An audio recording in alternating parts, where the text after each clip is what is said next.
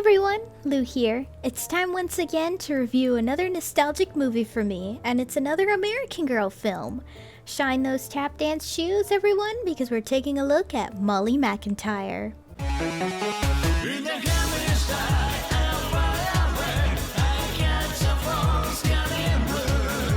For those who don't know, American Girl is a popular series of dolls made by the Pleasant Company in 1986 and was later purchased by Mattel in the 90s. They're a doll company focused on promoting diversity and feminism. Outside of the dolls from the Truly Me line, each doll comes with a book about the character and the story they go through. In particular, we're focusing on the historical characters. These dolls are based off specific periods of time in American history that dealt with some pretty heavy subject matter. From a girl in the 1970s dealing with gender discrimination for playing on a boys' basketball team, a girl escaping slavery, and a girl selling eggs in the street to make sure she has enough money to pay the mortgage so the bank doesn't take away her house during the Great Depression. In a previous video, we took a look at Felicity, whose story revolved around rebellion, loyalty, and political parties. Today, we'll be taking a look at Molly McIntire, who is actually one of the original 3 American Girl dolls next to Samantha Parkington and Kirsten Larson. Her story is about learning to help others, accepting change, and becoming a stronger person. Now, Molly was never my favorite historical, mostly because Addie and Samantha were always my favorites, but the 1940s and certain elements of her story have really grown on me since I first read her books. Specifically thanks to the game Fallout, which made me develop an appreciation for the aesthetics of the 1940s and 50s. Just like Felicity in my previous video, I never read all of Molly's books. In my American Girl book collection, for some reason, I never went out and bought the last 2 books for her story. This means that for the last 2 books only, I will have to rely on the American Girl wiki, so if I get anything wrong in those last 2 books, let me know down below. Alright, let's start with the story. Molly McIntire is a 10-year-old girl living in the 1940s. Her dad is a doctor in the local hospital, her mom stays at home, and she has a 14-year-old brother and a 16-year-old sister. Her life is pretty average for any upper middle-class girl living in the 1940s, such as going to the movies and having some soda with her friends after school. Yet there is changes around her pretty much every day. Not many people will know this, but during World War II, many everyday items like butter and elastic had to be rationed so soldiers could use it overseas. This meant no rain boots, your grilled cheese wouldn't be grilled, and you couldn't have ice cream due to the sugar being heavily rationed. As we get a setup for all the characters, including Mrs. Guilford and Miss Campbell, Molly asks to have a tea party for her birthday, which her parents say they can't do due to the ration issue. This sets up a major character arc for Molly throughout the movie, which is learning to accept change, and she can't have everything she wants.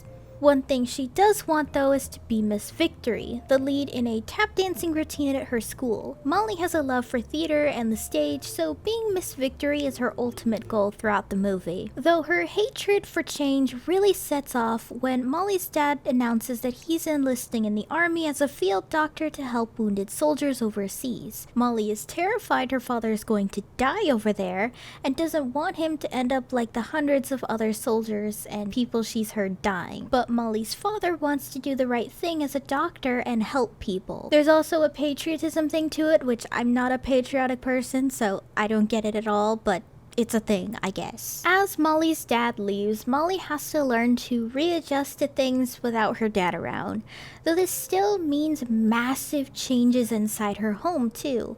As most men were drafted or enlisted into the military, this caused a drastic shift in the family dynamic since, you know, a woman's job back then was basically to be a mom. With all the husbands away overseas, women would start working to help pay the bills. This particular reason is why Molly's mom starts working in the aircraft assembly line like many women did, which is fucking awesome, but it takes Molly some time to adjust. This is when we get the iconic scene of the turnips. Mrs. Guilford, Molly's elderly neighbor, whose son is drafted into the military, serves her some mashed turnips for dinner, which she refuses to eat because turnips are kind of gross. Honestly, the most relatable thing in Molly's first book as someone who is also a picky eater growing up. In the movie, this is basically a culmination of Molly's unwillingness to accept the new things in her life, which her mom sits her down and basically tells her, "Suck it up, Buttercup, because this is about to get a lot more worse if you don't eat those damn turnips." We especially see this when Mrs. Guilford's son dies overseas, which was honestly really heartbreaking, especially when we learn throughout the movie that he's literally the only family she has left. After a period of acceptance, Molly's mom invites a girl named Emily Bennett to stay with them.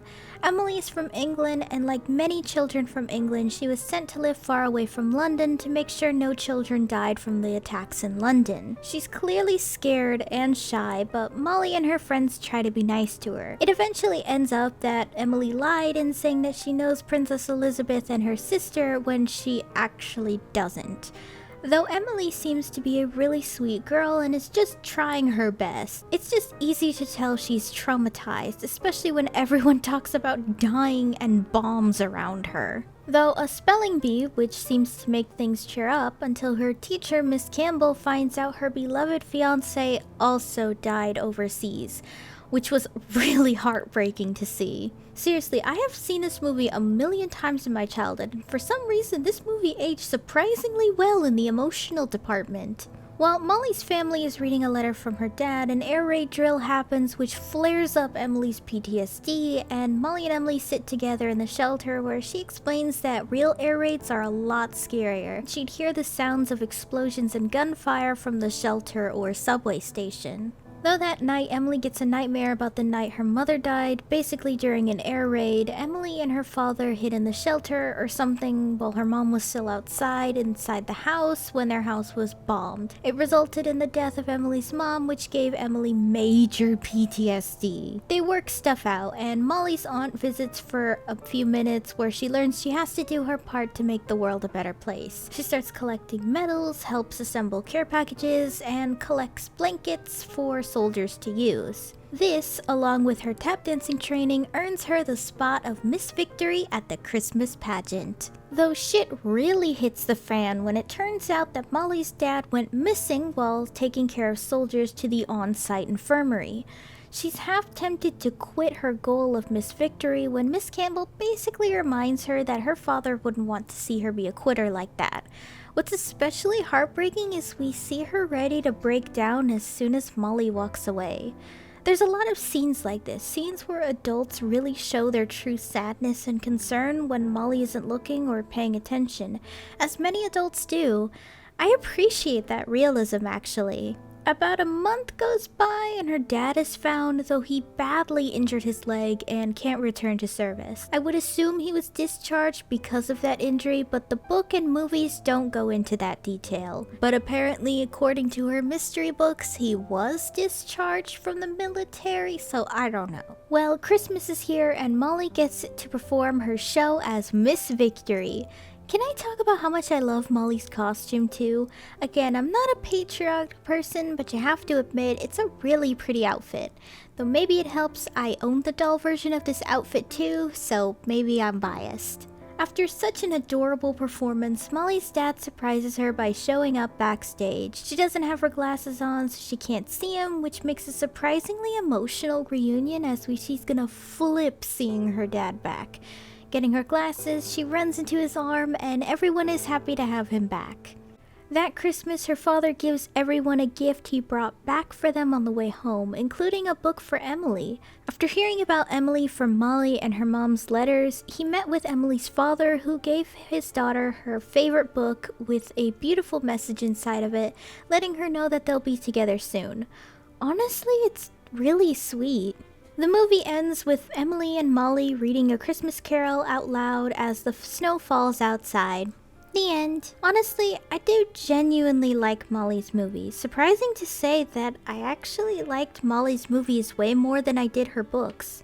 Molly as a character is a lot more likable, and the story here I think is surprisingly dark. Probably just as dark as Samantha's movie. Not saying Felicity's isn't dark, because it is, but Molly's is definitely pretty dark when death is such a strong element throughout this movie. I'm so glad that the movie didn't entirely force being super patriotic either. Instead, it pushes more to help others in need, and I like that way more. It just feels more genuine and less something I'd read from the 4th of July section at a party store, you know? Not to mention the sprinkles of PTSD, since Emily clearly has it due to witnessing bombings in London. Overall, a pretty damn good story. Sweet, depressing, and has a wonderful ending. All my favorite things! Wow, the acting here is incredible, specifically for all the adult characters. As I always say, adult acting in live-action films meant for children and families is never that great due to the stigma of kids' content shouldn't be good sort of thing, so it's amazing to see adult actors actually give a fuck. Though Maya Ritter as Molly was a little stiff at times, unlike every other girl playing a historical character, Molly's actress is the only one who was not already famous and super successful child actor prior, though she did continue acting for a while after the movie, mostly in minor roles in indie films. Still though, I really can't picture anyone else as Molly McIntire. She even looks like the second version of Molly's illustrations, which is pretty amazing. Tori Green would play Emily Bennett, and I think she did a fantastic job from the little she says. Emily is not a central character in Molly's story, so she doesn't have a lot of scenes, though from what I did see, she did good. When watching the movie though, I did think she was British because her accent was surprisingly believable, but it turns out she's from Australia, so close enough, I guess? For a child actor who only had one tiny role prior to this movie, I thought she did great. David Aaron Baker and famous 80s actress Molly Ringwald would play her parents. They did a pretty good job, actually. In fact, I'm pretty sure Molly Ringwald is the most famous actor to play an American Girl parent. I mean, there was Mia Farrow as Grandmary, but that's her grandma, so things are a little different there. I liked them both though. David did a great job at playing a stereotypical 1940s father character, and Molly did a great job at adapting Molly's mom. Though most child actors in the movie weren't that great, the girls playing Linda and Susan were a little stiff. Literally, most background kids were pretty awful, and some extra actors like extra teachers or waiters were a little stiff, but nothing to fault too much. Overall, the acting is pretty good, though in this case, the adult actors were a lot stronger in acting than the child cast. The books start with Molly's dad already off overseas. I actually really like that they showed what their home was like before he was shipped off, because it paints a better picture for Molly's dad instead of just constantly hearing about what he was like and how Molly thinks of him every day. Molly is also kind of a bitch throughout most of her books. Let's just say that they play it up a lot more that Molly is unwilling to accept change, so I like the movie portrayal where she's a lot nicer and even a little dorky. Molly has a younger 5-year-old brother named Brad. I would say I'm not sure why they cut him, but I'm pretty sure it's obvious. Brad didn't really do anything to the story other than an extra kid in the family. Hell, there were some parts of Molly's book where I literally forgot Brad even existed. A lot of content from Molly's books were cut. Not as much as Kit's books, because I will get to Kit's film, but I will say Molly's is definitely heavily cut. The story actually starts on Halloween. Pretty much the only thing in Meet Molly that remains in the film is the turnip scene, which is the beginning of the book and doesn't do well to set up Molly's character. The plot of the first book is Molly trying to figure out what to do for Halloween that'll work with the current ration issue. That's when her and her friends decide to go as hula dancers, where they make grass skirts out of newspaper and paint, only for her brother to ruin Molly's costume on the way home because Ricky is an asshole in the books. The story for the rest of the book is Molly fighting with her brother, including dumping his dirty laundry on him while he's talking to a girl he likes. It's only at the end of the book where they make up.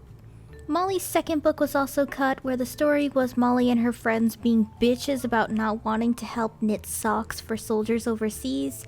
At the end, they eventually realize they need to help out and sew a quilt instead. The third book is basically sort of the plot of the Christmas area, except it's Molly wondering if her dad is even going to be able to send them presents. He does, which are the gifts at the end of the movie, but there's also a cute thing where her dad comes in on the veterans radio station on their home radio to wish his family a Merry Christmas, which was cute. While the plot of Molly and Emily is closely the same, it happens on Molly's birthday and she does end up having that tea party. Their conflict instead is everyone gushing over Emily instead of Molly, and Molly overall being kind of a bitch about it. They also receive adorable Jack Russell Terriers for Molly's birthday. This was kind of referenced in Emily's toy dog, but it's a shame his name is not Yank because that's the name of her dog in the book. The reasoning for why Emily is in the US is explained a lot better in the books, specifically in Emily's book. Basically, Emily doesn't have any relatives who live in the countryside where it's safe, but she does have an aunt in America. That's why she was sent to live there. Her mom and grandparents are also alive. Her house was not destroyed either, at least not from what she saw when she last lived in England. There's also no spelling bee in the books either, at least not in any of the main series books. It might be in Molly's short story collection, but I've never read her short stories, so I don't know. There's an entire summer camp that was cut, mostly because it's basically that summer filler arc, as most American Girl books are. And finally, despite the movie's portrayal, Molly actually never gets to dance as Miss Victory. She gets sick from not taking care of herself. Just as the book is about to end on an anticlimactic note because Molly can't be Miss Victory, Molly's dad comes home, so despite the shittiness that Molly couldn't be Miss Victory, she gets to have her dad alter herself before her family comes back home from the pageant. Molly misses her dad the most throughout the books, and the books mention that she never really got to spend much time with him before he went off to England, so it's actually a really sweet moment. Not to mention that Molly finally gets something going her way, since most of the books is things not really going her way, and then being a bitch about it. It's weird, because unlike the other films I reviewed, this one is basically the bare bones skeleton of the book. If I had to guess what was pitched together to make this movie, it would be the first chapter of Meet Molly and the first chapter of Happy Birthday Molly, some made up stuff, Happy Birthday Molly, half of Molly's surprise with a different ending, and changes for Molly with the ending completely different. Maybe one of her short story books here and there, as I think there's one about her aunt. Overall, I'm not too upset at the changes, because the older I get, the more I find Molly is a selfish bitch throughout the books. When you're younger, you don't really notice it, but the older you get, the more you realize Molly really was a bitch. I can't believe I'm gonna say this, but I actually prefer Molly's movie over the books. There's just something a lot more grounded and realistic about Molly's movie. That, and I feel like Molly is a lot more likable in the movie than she is in the books. If you want to see a story take place in the 1940s, hitting some pretty heavy topics, and about a side of American history nobody really talks about in the 40s, I highly recommend this movie. Next up will be the first ever theatrical release of an American Girl film. Let's get our typewriters out, ladies and gentlemen, because next time we'll be doing a review on the beloved Kit Kitteridge. That would be it for this video. Be sure to let me know down below what your favorite American Girl character is, and if you have any other suggestions, let me know down below. Hey guys, thanks for watching! If you liked the video, be sure to give it a thumbs up and consider subscribing if you're new. If any of you would like to help support my channel in any possible way, my Ko-fi page is down below in the description, along with all of my social media. For any subscribers, new or old, who'd like to help with video ideas, or maybe just want to talk about anime or something, I have a fan server linked down below. See you next time!